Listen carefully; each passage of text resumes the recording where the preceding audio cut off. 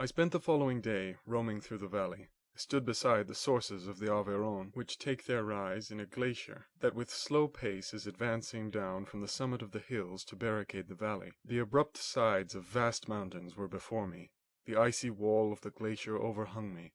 A few shattered pines were scattered around, and the solemn silence of this glorious presence, chamber of imperial nature, was broken only by the brawling waves, or the fall of some vast fragment, the thunder sound of the avalanche, or the cracking, reverberated along the mountains, of the accumulated ice, which, through the silent working of immutable laws, was ever and anon rent and torn, as if it had been but a plaything in their hands. These sublime and magnificent scenes afforded me the greatest consolation that I was capable of receiving. They elevated me from all littleness of feeling, and although they did not remove my grief, they subdued and tranquilized it. In some degree, also, they diverted my mind from the thoughts over which it had brooded for the last month. I retired to rest at night. My slumbers, as it were, waited on and ministered to by the semblance of grand shapes which I had contemplated during the day. They congregated round me, the unstained snowy mountain top, the glittering pinnacle, the pine woods and ragged bare ravine, the eagle soaring amidst the clouds. They all gathered round me and bade me be at peace. Where had they fled when the next morning I awoke? All of soul inspiriting fled with sleep. The dark melancholy clouded every thought. The rain was pouring in torrents, and the thick mist hid the summits of the mountains, so that I even saw not the faces of those mighty friends. Still I would penetrate their misty veil, and seek them in their cloudy retreats. What were rain and storm to me? My mule was brought to the door, and I resolved to ascend to the summit of Montanvert. I remembered the effect that the view of the tremendous and ever-moving glacier had produced upon my mind when I first saw it. It had then filled me with a sublime ecstasy that gave wings to the soul, and allowed it to soar from the obscure world to light and joy. The sight of the awful and majestic in nature had indeed always the effect of solemnizing my mind, and causing me to forget the passing cares of life. I determined to go without a guide, for I was well acquainted with the path, and the presence of another would destroy the solitary grandeur of the scene. The ascent is precipitous, but the path is cut into continual and short windings, which enable you to surmount the perpendicularity of the mountain. It is a scene terrifically desolate. In 1,000 spots the traces of the winter avalanche may be perceived, where trees lie broken and strewn on the ground, some entirely destroyed, others bent, leaning upon the jutting rocks of the mountain or transversely upon other trees. The path, as you ascend higher, is intersected by ravines of snow, down which stones continually roll from above. One of them is particularly dangerous, as the slightest sound, such as even speaking in a loud voice, produces a concussion of air sufficient to draw destruction upon the head of the speaker. The pines are not tall or luxuriant, but they are sombre, and add an air of severity to the scene. I looked on the valley beneath. Vast mists were rising from the rivers which ran through it, and curling in thick wreaths around the opposite mountains, whose summits were hid in the uniform clouds, while rain poured from the dark sky and added to the melancholy impression I received from the objects around me. Alas! Why does man boast of sensibilities superior to those apparent in the brute? It only renders them more necessary beings. If our impulses were confined to hunger, thirst, and desire, we might be nearly free, but now we are moved by every wind that blows, and a chance word or scene that word may convey to us. We rest, a dream has power to poison sleep. We rise, one wandering, thought pollutes the day. We feel, conceive, or reason, laugh or weep, embrace fond woe, or cast our cares away. It is the same, for be it joy or sorrow, the path of its departure still is free. Man's yesterday may ne'er be like his morrow, naught may endure but mutability. It was nearly noon when I arrived at the top of the ascent. For some time I sat upon the rock that overlooks the sea of ice. A mist covered both that and the surrounding mountains. Presently a breeze dissipated the cloud, and I descended upon the glacier. The surface is very uneven, rising like the waves of a troubled sea, descending low and interspersed by rifts that sink deep. The field of ice is almost a league in width, but I spent nearly 2 hours in crossing it. The opposite mountain is a bare perpendicular rock. From the side where I now stood, Montanvert was exactly opposite, at the distance of a league, and above it rose Mont Blanc, in awful majesty. I remained in a recess of the rock, gazing on this wonderful and stupendous scene. The sea, or rather the vast river of ice, wound among its dependent mountains, whose aerial summits hung over its recesses. Their icy and glittering peaks shone in the sunlight over the clouds. My heart, which was before sorrowful, now swelled with something like joy. I exclaimed, "Wandering spirits, if indeed ye wander and do not rest in your narrow beds, allow me this faint happiness, or take me as your companion away from the joys of life." As I said this, I suddenly beheld the figure of a man, at some distance, advancing towards me with superhuman speed. He bounded over the crevices in the ice, among which I had walked with caution. His stature, also, as he approached, seemed to exceed that of a man.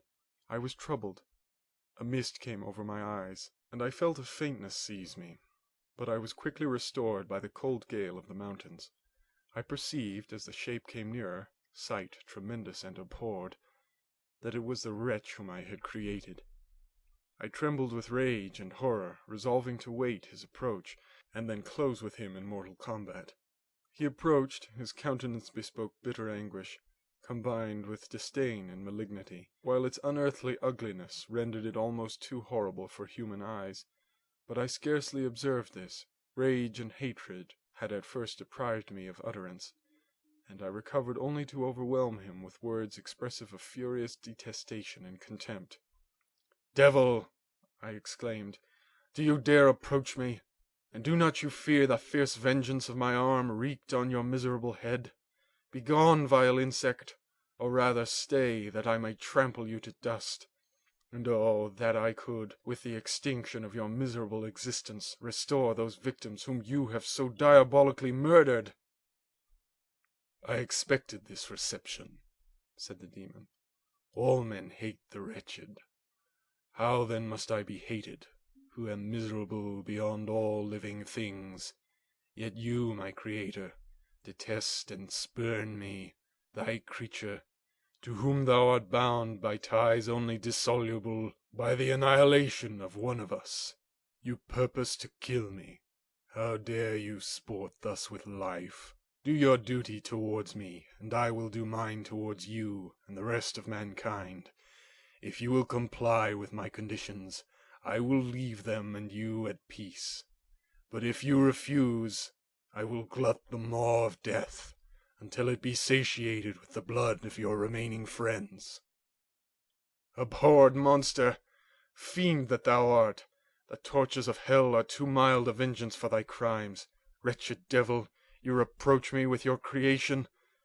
Come on, then, that I may extinguish the spark which I so negligently bestowed." My rage was without bounds. I sprang on him, impelled by all the feelings which can arm one being against the existence of another. He easily eluded me, and said, "Be calm. I entreat you to hear me before you give vent to your hatred on my devoted head. Have I not suffered enough, that you seek to increase my misery? Life, although it may only be an accumulation of anguish, is dear to me, and I will defend it. Remember, thou hast made me more powerful than thyself. My height is superior to thine, my joints more supple.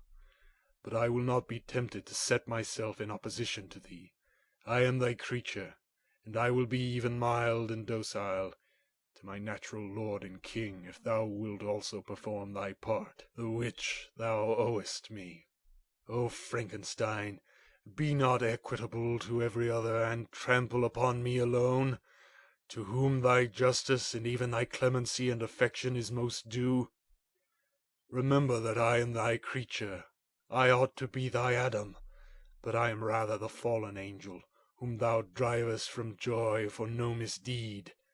Everywhere I see bliss, from which I alone am irrevocably excluded. I was benevolent and good. Misery made me a fiend. Make me happy, and I shall again be virtuous." "Begone! I will not hear you. There can be no community between you and me. We are enemies. Begone, or let us try our strength in a fight in which one must fall." How can I move thee? Will no entreaties cause thee to turn a favorable eye upon thy creature, who implores thy goodness and compassion? Believe me, Frankenstein, I was benevolent. My soul glowed with love and humanity. But am I not alone, miserably alone? You, my creator, abhor me. What hope can I gather from your fellow creatures, who owe me nothing? They spurn and hate me. The desert mountains and dreary glaciers are my refuge. I have wandered here many days. The caves of ice, which I only do not fear, are a dwelling to me, and the only one which man does not grudge. These bleak skies I hail, for they are kinder to me than your fellow beings. If the multitude of mankind knew of my existence, they would do as you do, and arm themselves for my destruction. Shall I not then hate them who abhor me? I will keep no terms with my enemies. I am miserable, and they shall share my wretchedness. Yet it is in your power to recompense me, and deliver them from an evil which it only remains for you to make so great, that not only you and your family, but thousands of others, shall be swallowed up in the whirlwinds of its rage. Let your compassion be moved, and do not disdain me. Listen to my tale. When you have heard that, abandon or commiserate me, as you shall judge that I deserve. But hear me. The guilty are allowed by human laws, bloody as they are, to speak in their own defense before they are condemned. Listen to me, Frankenstein. You accuse me of murder, and yet you would with a satisfied conscience destroy your own creature. O praise the eternal justice of man, yet I ask you not to spare me. Listen to me, and then, if you can, and if you will, destroy the work of your hands. Why do you call to my remembrance, I rejoined, circumstances of which I shudder to reflect, that I have been the miserable origin and author? Cursed be the day, abhorred devil, in which you first saw light. Cursed, although I curse myself, be the hands that formed you.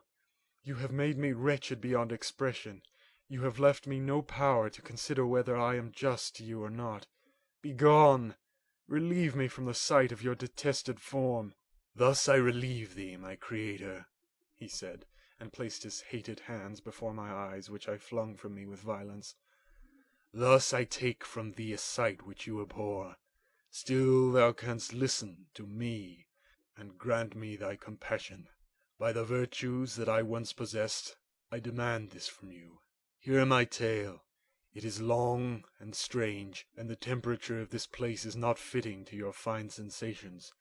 Come to the hut upon the mountain. The sun is yet high in the heavens, before it descends to hide itself behind your snowy precipices and illuminate another world. You will have heard my story and can decide. On you it rests, whether I quit forever the neighborhood of man, and lead a harmless life, or become the scourge of your fellow creatures and the author of your own speedy ruin. As he said this, he led the way across the ice. I followed. My heart was full, and I did not answer him, but as I proceeded, I weighed the various arguments that he had used and determined at least to listen to his tale. I was partly urged by curiosity, and compassion confirmed my resolution. I had hitherto supposed him to be the murderer of my brother, and I eagerly sought a confirmation or denial of this opinion. For the first time, also, I felt what the duties of a creator towards his creature were, and that I ought to render him happy before I complained of his wickedness. These motives urged me to comply with his demand. We crossed the ice, therefore, and ascended the opposite rock. The air was cold, and the rain again began to descend. We entered the hut, the fiend with an air of exultation, I with a heavy heart and depressed spirits. But I consented to listen, and seating myself by the fire which my odious companion had lighted, he thus began his tale. It is with considerable difficulty that I remember the original era of my being. All the events of that period appear confused and indistinct. A strange multiplicity of sensations seized me, and I saw, felt, heard, and smelt at the same time, and it was, indeed, a long time before I learned to distinguish between the operations of my various senses. By degrees I remember a stronger light pressed upon my nerves, so that I was obliged to shut my eyes. Darkness then came over me and troubled me, but hardly had I felt this when, by opening my eyes, as I now suppose, the light poured in upon me again. I walked and, I believe, descended, but I presently found a great alteration in my sensations. Before, dark and opaque bodies had surrounded me, impervious to my touch or sight, but I now found that I could wander on at liberty, with no obstacles which I could not either surmount or avoid. The light became more and more oppressive to me, and the heat wearying me as I walked. I sought a place where I could receive shade. This was the forest near Ingolstadt, and here I lay by the side of a brook, resting from my fatigue, until I felt tormented by hunger and thirst. This roused me from my nearly dormant state, and I ate some berries which I found hanging on the trees or lying on the ground. I slaked my thirst at the brook, and then lying down was overcome by sleep. It was dark when I awoke. I felt cold also, and half frightened, as it were instinctively, finding myself so desolate. Before I had quitted your apartment on a sensation of cold, I had covered myself with some clothes, but these were insufficient to secure me from the dews of night. I was a poor, helpless, miserable wretch.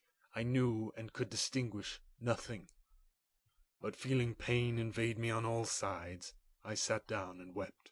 Soon a gentle light stole over the heavens and gave me a sensation of pleasure.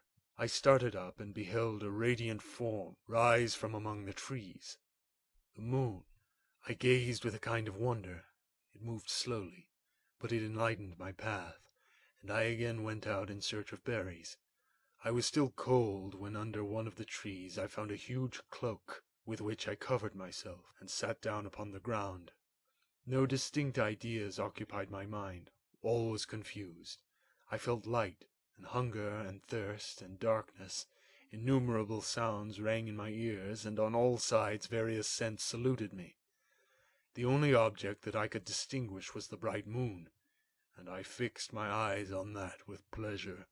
Several changes of day and night passed, and the orb of night had greatly lessened when I began to distinguish my sensations from each other.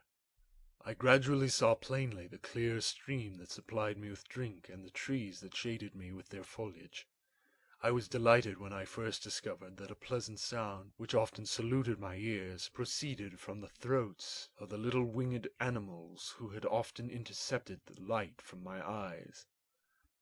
I began also to observe with greater accuracy the forms that surrounded me, and to perceive the boundaries of the radiant roof of light which canopied me.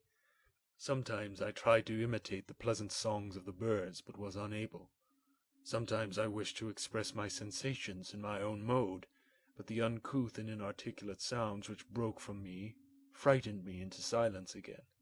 The moon had disappeared from the night, and again, with a lessened form, showed itself while I still remained in the forest. My sensations had by this time become distinct, and my mind received every day additional ideas. My eyes became accustomed to the light and to perceive objects in their right forms. I distinguished the insects from the herb, and by degrees one herb from another. I found that the sparrow uttered none but harsh notes, whilst those of the blackbird and thrush were sweet and enticing.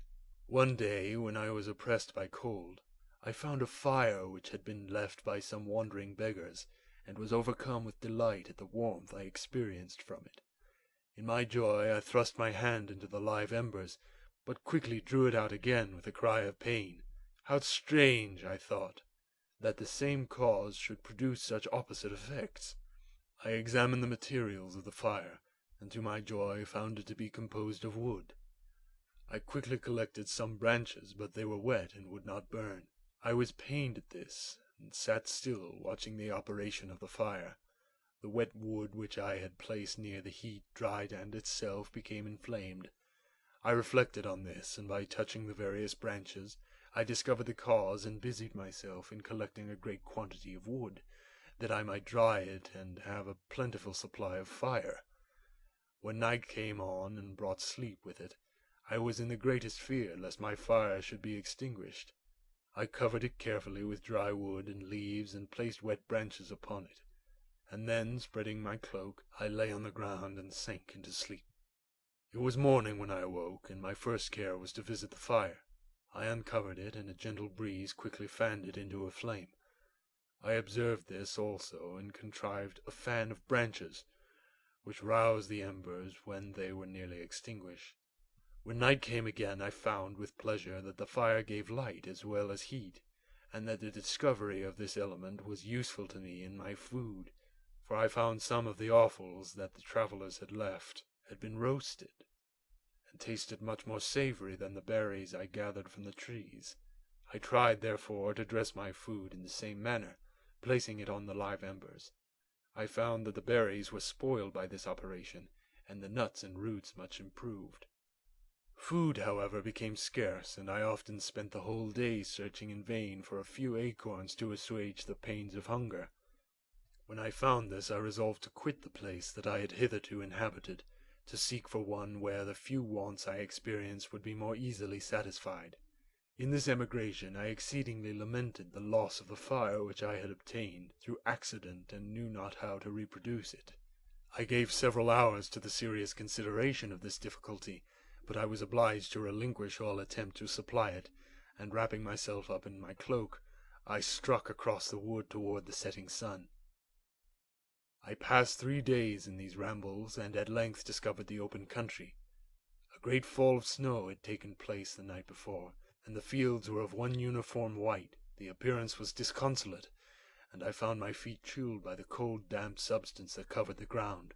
It was about 7 in the morning, and I longed to obtain food and shelter. At length I perceived a small hut on a rising ground, which had doubtless been built for the convenience of some shepherd. This was a new sight to me, and I examined the structure with great curiosity.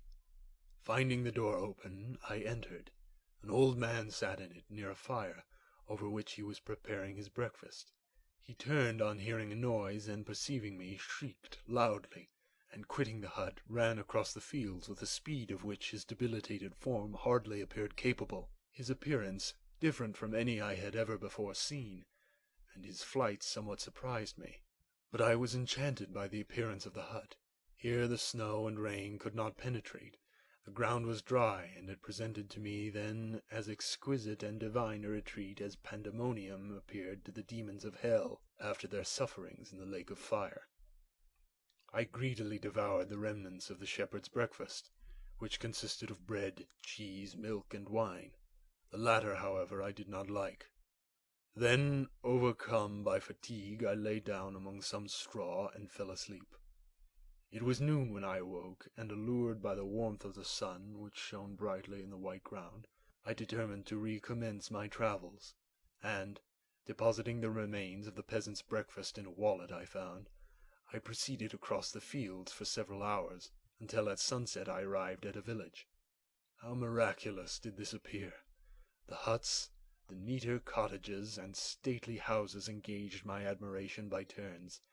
The vegetables in the gardens, the milk and cheese that I saw placed at the windows of some of the cottages, allured my appetite. One of the best of these I entered, but I had hardly placed my foot within the door before the children shrieked, and one of the women fainted. The whole village roused. Some fled, some attacked me until, grievously bruised by stones and many other kinds of missile weapons, I escaped to the open country and fearfully took refuge in a low hovel, quite bare and making a wretched appearance after the palaces I had beheld in the village. This hovel, however, joined a cottage of neat and pleasant appearance, but after my late dearly bought experience, I dared not enter it.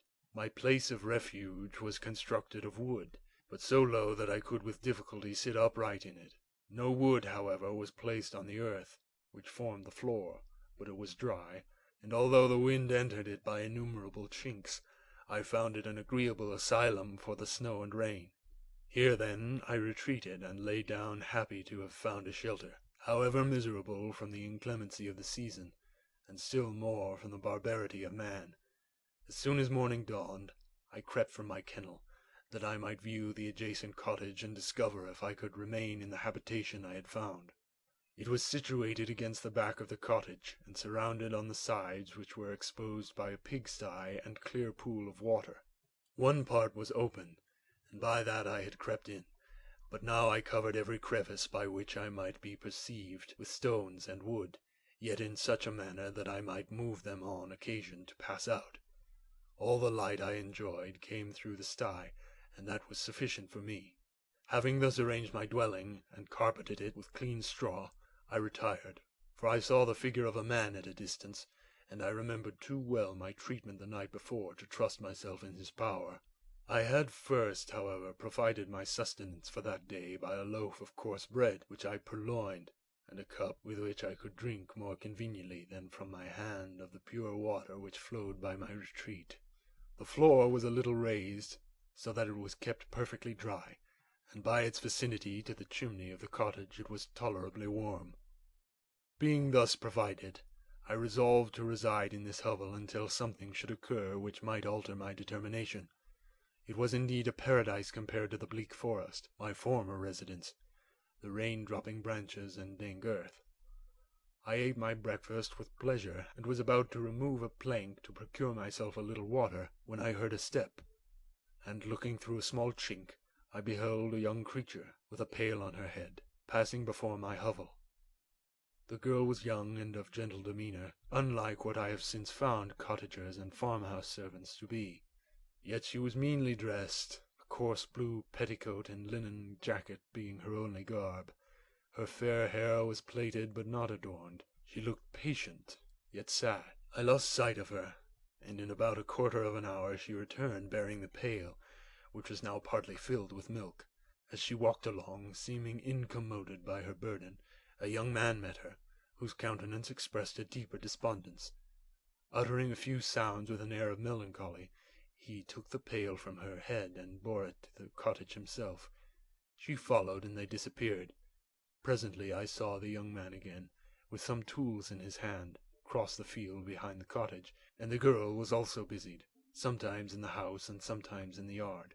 On examining my dwelling, I found that one of the windows of the cottage had formerly occupied a part of it, but the panes had been filled up with wood. In one of these was a small and almost imperceptible chink, through which the eye could just penetrate. Through this crevice a small room was visible, whitewashed and clean, but very bare of furniture. In one corner, near a small fire, sat an old man, leaning his head on his hands in a disconsolate attitude. The young girl was occupied in arranging the cottage, but presently she took something out of a drawer, which employed her hands, and she sat down beside the old man, who, taking up an instrument, began to play and produce sounds sweeter than the voice of the thrush or the nightingale. It was a lovely sight even to me, poor wretch who had never beheld aught beautiful before. The silver hair and benevolent countenance of the aged cottager won my reverence, while the gentle manners of the girl enticed my love. He played a sweet mournful air, which I perceived drew tears from the eyes of his amiable companion, of which the old man took no notice, until she sobbed audibly. He then pronounced a few sounds, and the fair creature, leaving her work, knelt at his feet. He raised her and smiled with such kindness and affection that I felt sensations of a peculiar and overpowering nature. They were a mixture of pain and pleasure, such as I had never before experienced, either from hunger or cold, warmth or food, and I withdrew from the window, unable to bear these emotions. Soon after this the young man returned, bearing on his shoulders a load of wood. The girl met him at the door, helped to relieve him of his burden, and taking some of the fuel into the cottage, placed it on the fire. Then she and the youth went apart into a nook of the cottage, and he showed her a large loaf and piece of cheese. She seemed pleased, and went into the garden for some roots and plants, which she placed in water, and then upon the fire. She afterwards continued her work, whilst the young man went into the garden and appeared busily employed in digging and pulling up roots. After he had been employed thus about an hour, the young woman joined him, and they entered the cottage together. The old man had, in the meantime, been pensive, but on the appearance of his companions he assumed a more cheerful air, and they sat down to eat. The meal was quickly dispatched. The young woman was again occupied in arranging the cottage. The old man walked before the cottage in the sun for a few minutes, leaning on the arm of the youth. Nothing could exceed in beauty the contrast between these two excellent creatures. One was old, with silver hairs and a countenance beaming with benevolence and love. The younger was slight and graceful in his figure, and his features were molded with the finest symmetry, yet his eyes and attitude expressed the utmost sadness and despondency. And the youth, with tools different from those he had used in the morning, directed his steps across the fields. Night quickly shut in, but to my extreme wonder I found that the cottagers had a means of prolonging light by the use of tapers, and was delighted to find that the setting of the sun did not put an end to the pleasure I experienced in watching my human neighbors. In the evening, the young girl and her companion were employed in various occupations which I did not understand, and the old man again took up the instrument which produced the divine sounds that had enchanted me in the morning. So soon as he had finished, the youth began not to play, but to utter sounds that were monotonous, and neither resembling the harmony of the old man's instrument, nor the songs of the birds. I since found that he read aloud, but at the time I knew nothing of the science of words or letters. The family, after having been thus occupied for a short time, extinguished their lights and retired, as I conjecture, to rest. I lay on the straw, but I could not sleep. I thought of the occurrences of the day. What chiefly struck me was the gentle manners of these people, and I longed to join them, but dared not. I remembered too well the treatment I had suffered the night before from the barbarous villagers, and resolved whatever course of conduct I might hereafter think it right to pursue, that for the present I would remain quietly in my hovel, watching and endeavoring to discover the motives which influenced their actions. The cottagers arose the next morning before the sun. The young woman arranged the cottage and prepared the food, and the youth departed after the first meal. This day was passed in the same routine as that which preceded it.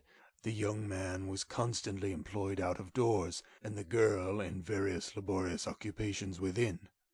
The old man, whom I soon perceived to be blind, employed his leisure hours on his instrument or in contemplation. Nothing could exceed the love and respect which the younger cottagers exhibited towards their venerable companion. They performed towards him every little office and affection and duty with gentleness, and he rewarded them by his benevolent smiles. They were not entirely happy. The young man and his companion often went apart and appeared to weep. I saw no cause for their unhappiness, but I was deeply affected by it. If such lovely creatures were miserable, it was less strange that I, an imperfect and solitary being, should be wretched. Yet why were these gentle beings unhappy? They possessed a delightful house, for such it was in my eyes, and every luxury. They had a fire to warm them when chill and delicious viands were hungry. They were dressed in excellent clothes, and still more they enjoyed one another's company and speech, interchanging each day looks of affection and kindness. What did their tears imply? Did they really express pain? I was at first unable to solve these questions, but perpetual attention and time explained to me many appearances which were at first enigmatic. A considerable period elapsed before I discovered one of the causes of the uneasiness of this amiable family. It was poverty, and they suffered that evil in a very distressing degree. Their nourishment consisted entirely of the vegetables of their garden and the milk of one cow, which gave very little during the winter when its masters could scarcely procure food to support it. They often, I believe, suffered the pangs of hunger very poignantly, especially the two younger cottagers, for several times they placed food before the old man when they reserved none for themselves. This trait of kindness moved me sensibly. I had been accustomed, during the night, to steal a part of their store for my own consumption, but when I found that in doing this I inflicted pain on the cottagers, I abstained and satisfied myself with berries, nuts, and roots which I gathered from a neighboring wood. I discovered also another means through which I was enabled to assist their labors. I found that the youth spent a great part of each day in collecting wood for the family fire, and during the night I often took his tools, the use of which I quickly discovered, and brought home firing sufficient for the consumption of several days. I remember the first time that I did this. The young woman, when she opened the door in the morning, appeared greatly astonished on seeing a great pile of wood on the outside. She uttered some words in a loud voice, and the youth joined her, who also expressed surprise. I observed with pleasure that he did not go to the forest that day, but spent it in repairing the cottage and cultivating the garden. By degrees I made a discovery of still greater moment. I found that these people possessed a method of communicating their experience and feelings to one another by articulate sounds.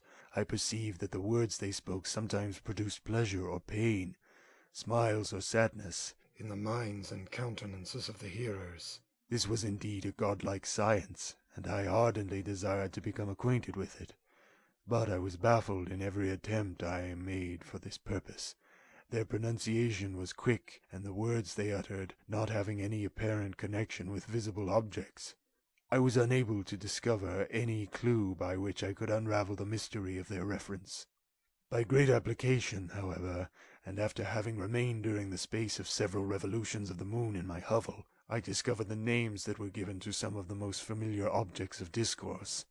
I learned and applied the words fire, milk, bread, and wood. I learned also the names of the cottagers themselves. The youth and his companion had each of them several names, but the old man had only one, which was father.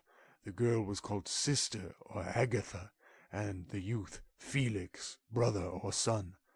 I cannot describe the delight I felt when I learned the ideas appropriated to each of these sounds and was able to pronounce them. I distinguished several other words without being able as yet to understand or apply them, such as good, dearest, unhappy. I spent the winter in this manner. The gentle manners and beauty of the cottagers greatly endeared them to me. When they were unhappy, I felt depressed. When they rejoiced, I sympathized in their joys. I saw few human beings besides them, and if any other happened to enter the cottage, their harsh manners and rude gait only enhanced to me the superior accomplishments of my friends. The old man, I could perceive, often endeavored to encourage his children, as sometimes I found that he called them, to cast off their melancholy. He would talk in a cheerful accent, with an expression of goodness that bestowed pleasure even upon me. Agatha listened with respect, her eyes sometimes filled with tears, which she endeavored to wipe away unperceived, but I generally found that her countenance and tone were more cheerful after having listened to the exhortations of her father. It was not thus with Felix. He was always the saddest of the group, and even to my unpractised senses he appeared to have suffered more deeply than his friends.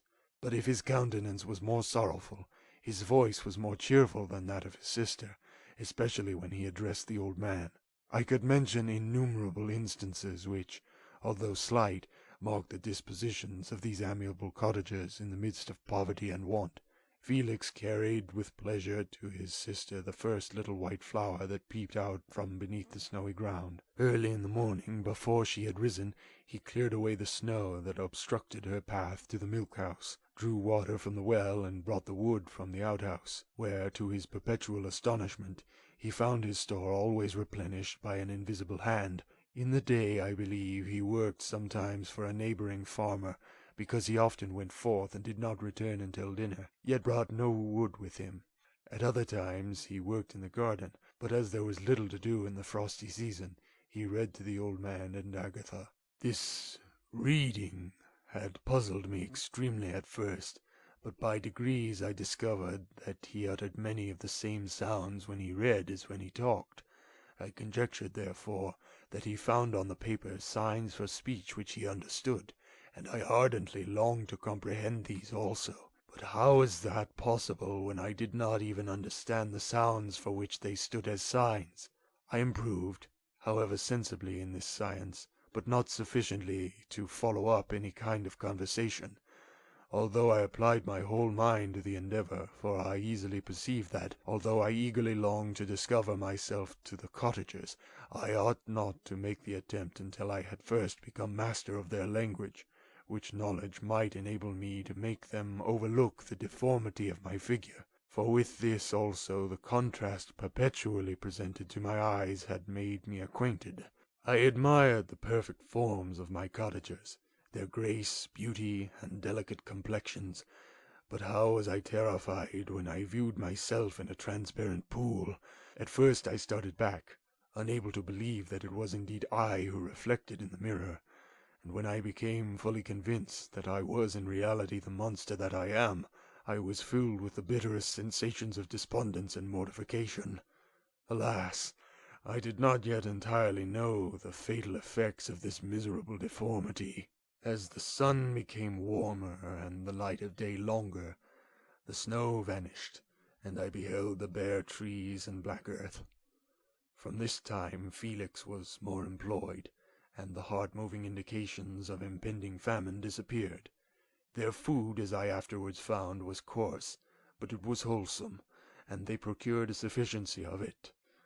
Several new kinds of plants sprang up in the garden, which they dressed, and these signs of comfort increased daily as the season advanced. The old man, leaning on his son, walked each day at noon, when it did not rain, as I found it was called when the heavens poured forth its waters. This frequently took place, but a high wind quickly dried the earth, and the season became far more pleasant than it had been. My mode of life in my hovel was uniform. During the morning I attended the motions of the cottagers, and when they were dispersed in various occupations, I slept. The remainder of the day was spent in observing my friends. When they retired to rest, if there was any moon or the night was starlit, I went into the woods and collected my own food and fuel for the cottage. When I returned, as often as it was necessary, I cleared their path from the snow and performed these offices that I had seen done by Felix. I afterwards found that these labors, performed by an invisible hand, greatly astonished them, and once or twice I heard them on these occasions utter the words, "Good Spirit," "Wonderful," but I did not then understand the signification of these terms. My thoughts now became more active, and I longed to discover the motives and feelings of these lovely creatures. I was inquisitive to know why Felix appeared so miserable and Agatha so sad. I thought, foolish wretch, that it might be in my power to restore happiness to these deserving people. When I slept, or was absent, the forms of the venerable blind father, the gentle Agatha, and the excellent Felix flitted before me. I looked upon them as superior beings, who would be the arbiters of my future destiny. I formed in my imagination 1,000 pictures of presenting myself to them, and their reception of me. I imagined that they would be disgusted, until by my gentle demeanor and conciliating words I should first win their favor and afterwards their love. These thoughts exhilarated me and led me to apply with fresh ardor to the acquiring the art of language. My organs were indeed harsh, but supple, and although my voice was very unlike the soft music of their tones, yet I pronounced such words as I understood with tolerable ease. It was as the ass and the lapdog, yet surely the gentle ass, whose intentions were affectionate, although his manners were rude, deserved better treatment than blows and execration. The pleasanter showers and genial warmth of spring greatly altered the aspect of the earth. Men who before this change seemed to have been hid in caves dispersed themselves, and were employed in various arts of cultivation. The birds sang in more cheerful notes, and the leaves began to bud forth in the trees. Happy, happy earth, fit habitation for gods, which so short a time before was bleak, damp, and unwholesome. My spirits were elevated by the enchanting appearance of nature.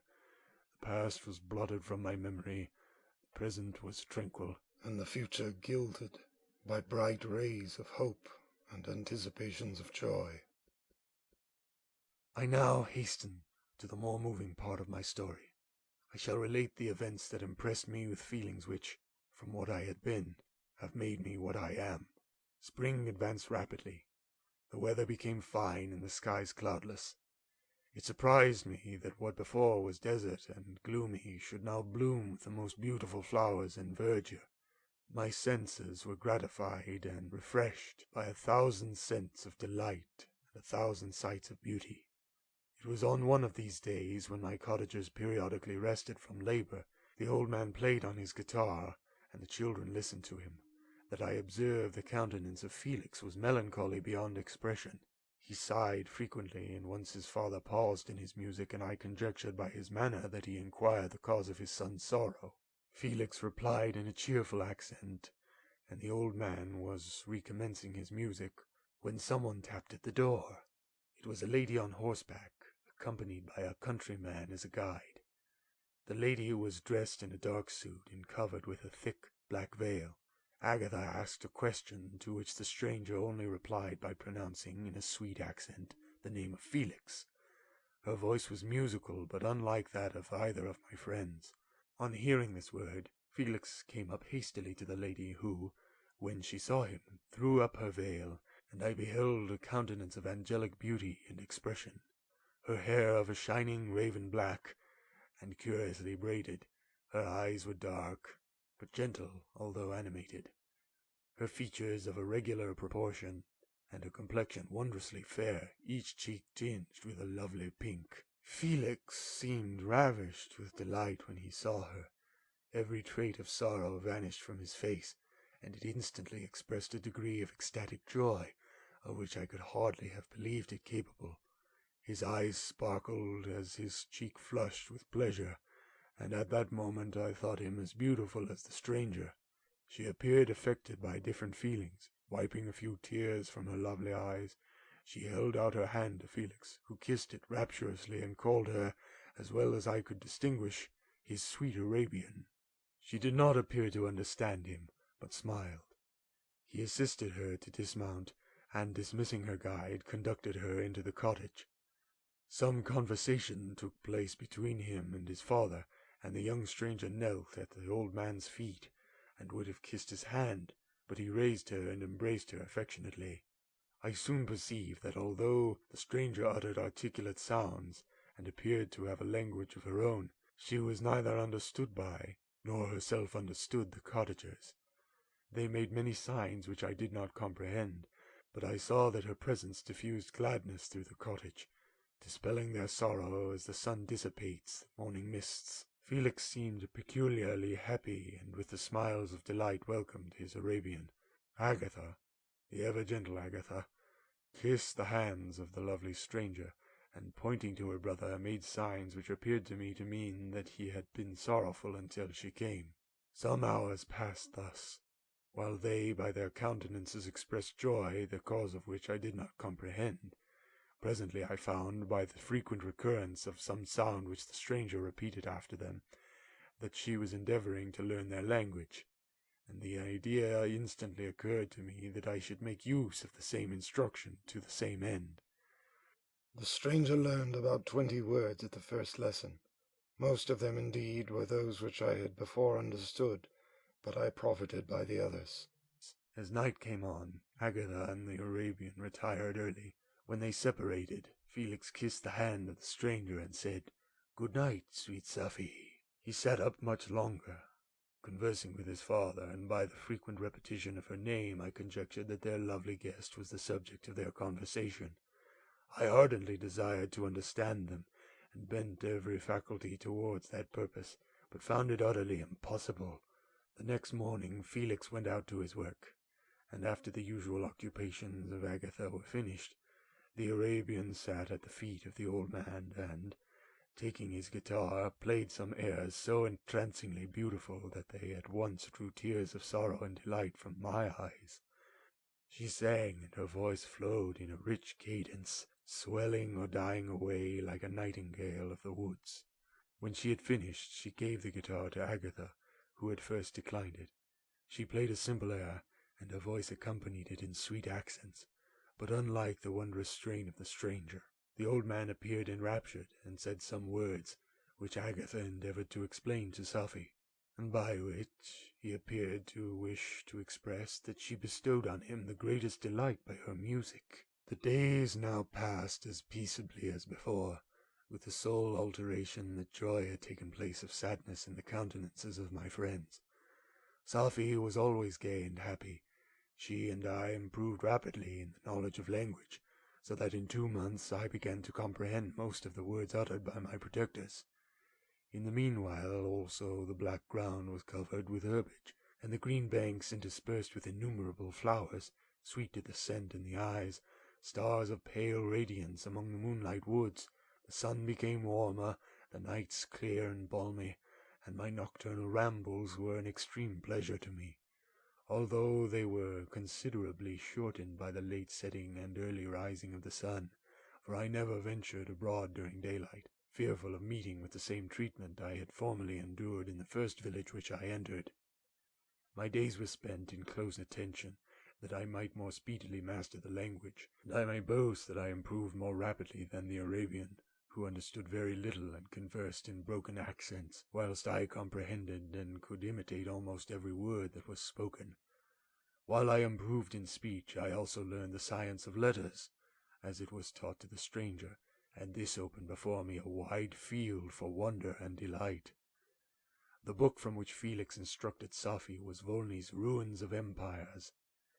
I should not have understood the purport of this book had not Felix in reading it given very minute explanations. He had chosen this work, he said, because the declamatory style was framed in the imitation of the Eastern authors. Through this work I obtained a cursory knowledge of history and a view of the several empires at present existing in the world. It gave me an insight into the manners, governments, and religions of the different nations of the earth. I heard of the slothful Asiatics, of the stupendous genius and mental activity of the Grecians, of the wars and wonderful virtue of the early Romans, of their subsequent degenerating, of the decline of that mighty empire, of chivalry, Christianity, and kings. I heard of the discovery of the American hemisphere, and wept with Safie over the hapless fate of its original inhabitants. These wonderful narrations inspired with me strange feelings. Was it man, indeed, at once so powerful, so virtuous and magnificent, yet so vicious and base? He appeared at one time a mere scion of the evil principle, and at another as all that can be conceived of noble and godlike. To be a great and virtuous man appeared the highest honor that can befall a sensitive being. To be base and vicious, as many on record have been, appeared the lowest degradation, a condition more abject than that of the blind mole or harmless worm. For a long time I could not conceive how one man could go forth to murder his fellow, or even why there were laws and governments, but when I heard details of vice and bloodshed, my wonder ceased, and I turned away with disgust and loathing. Every conversation of the cottagers now opened new wonders to me. While I listened to the instructions which Felix bestowed upon the Arabian, the strange system of human society was explained to me. I heard of the division of property, of immense wealth and squalid poverty, of rank, descent, and noble blood. The words induced me to turn towards myself. I learned that the possessions most esteemed by your fellow creatures were high and unsullied descent united with riches. A man might be respected with only one of these advantages, but without either he was considered, except in very rare instances, as a vagabond and a slave, doomed to waste his powers for the profits of the chosen few. And what was I?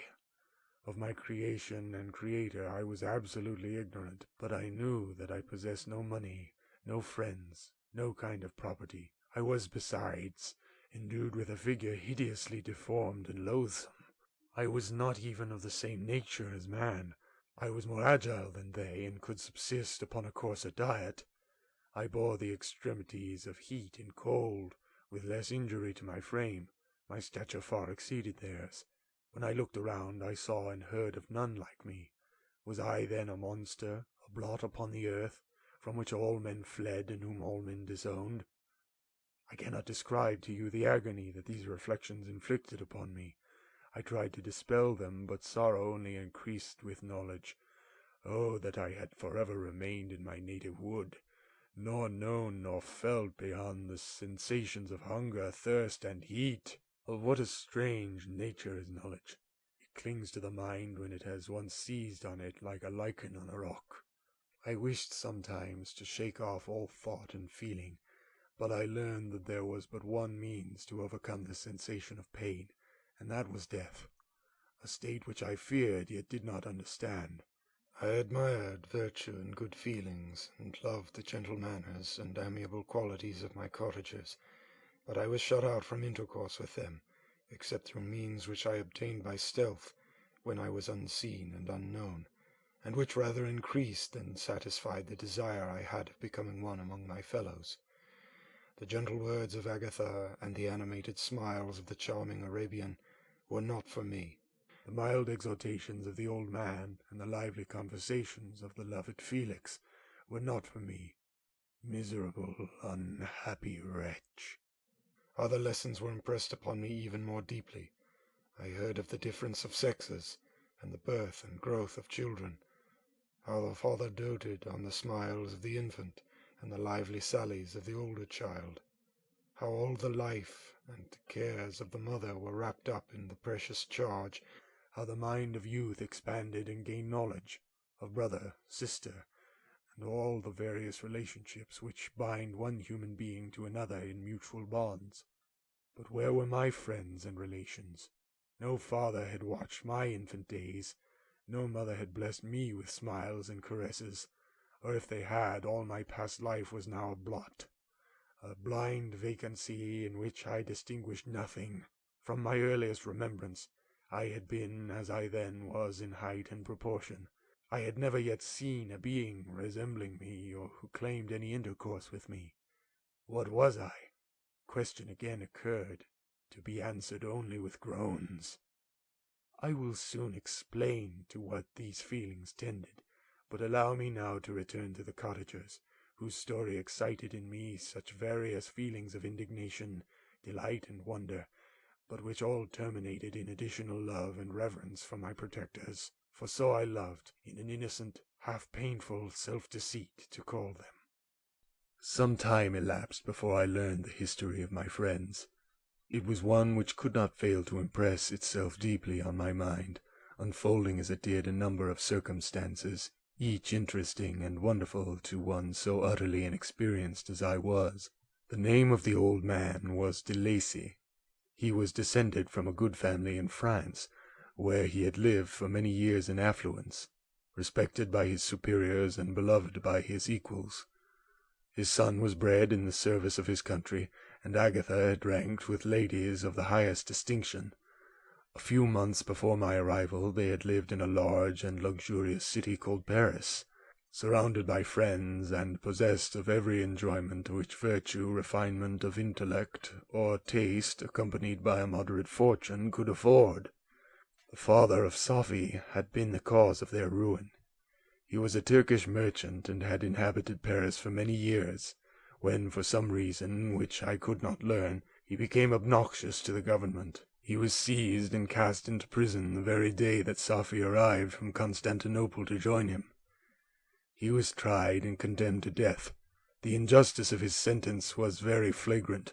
All Paris was indignant, and it was judged that his religion and wealth, rather than the crime alleged against him, had been the cause of his condemnation.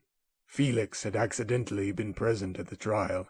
His horror and indignation were uncontrollable when he heard the decision of the court. He made at that moment a solemn vow to deliver him, and then looked around for the means. After many fruitless attempts to gain admittance to the prison, he found a strongly grated window in an unguarded part of the building, which lighted the dungeon of the unfortunate Mohammedan, who, loaded in chains, waited in despair the execution of the barbarous sentence. Felix visited the grate at night, and made known to the prisoner his intentions in his favor. The Turk, amazed and delighted, endeavored to kindle the zeal of his deliverer by promises of reward and wealth. Felix rejected his offers with contempt, yet when he saw the lovely Sophie, who was allowed to visit her father, and who by her gestures expressed her lively gratitude, the youth could not help owning to his mind that the captive possessed a treasure which would fully reward his toil and hazard.